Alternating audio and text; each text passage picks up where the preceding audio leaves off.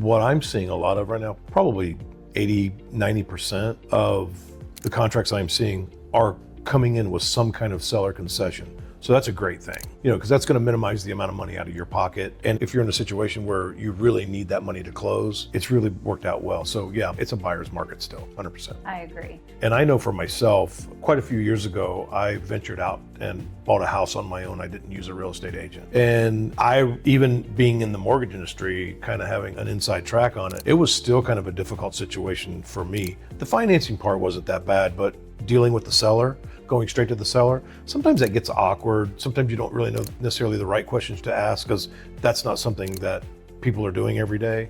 Right. And using real estate agents is definitely going to smooth out the transaction.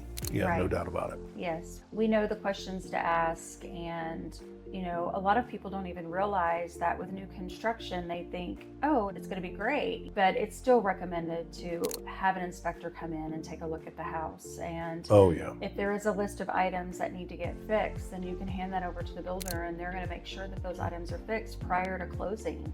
And a lot of buyers, they don't do that because the sales agents don't really recommend that. They say, oh, everything's checked and good and it's passed all its things, but it's highly recommended to always have an inspector come in and just have an agent that's helping you through the process and help you understand the paperwork too. There's a lot of paperwork involved, understanding how it flows and what's going on and things.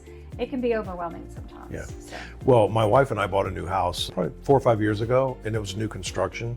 I still had the home inspected by a third-party inspector, and you would not believe what they found. I mean, one of the main drain lines was actually clogged, and when he was running the water in the bathtub filled up and it wasn't draining. Had I gone in there without an inspection, I wouldn't have known that. So all that was actually fixed before we moved in. So that was nice for us. It's just a little peace of mind. Yeah, and you actually find more. I've had it to where I get an inspection done on a pre-owned, and then I have an inspection done on a new construction, and sometimes that list on the new construction can be longer than what that pre-owned is because you have somebody in there that's maintaining the house and taking good care of the house and doing all the upkeep and things that need to be done. Yeah. So going pre-owned is not a bad thing by any means. Just because this says new and it's all shiny and pretty over here doesn't mean that this pre-owned house is any less. I totally agree with that. Yeah.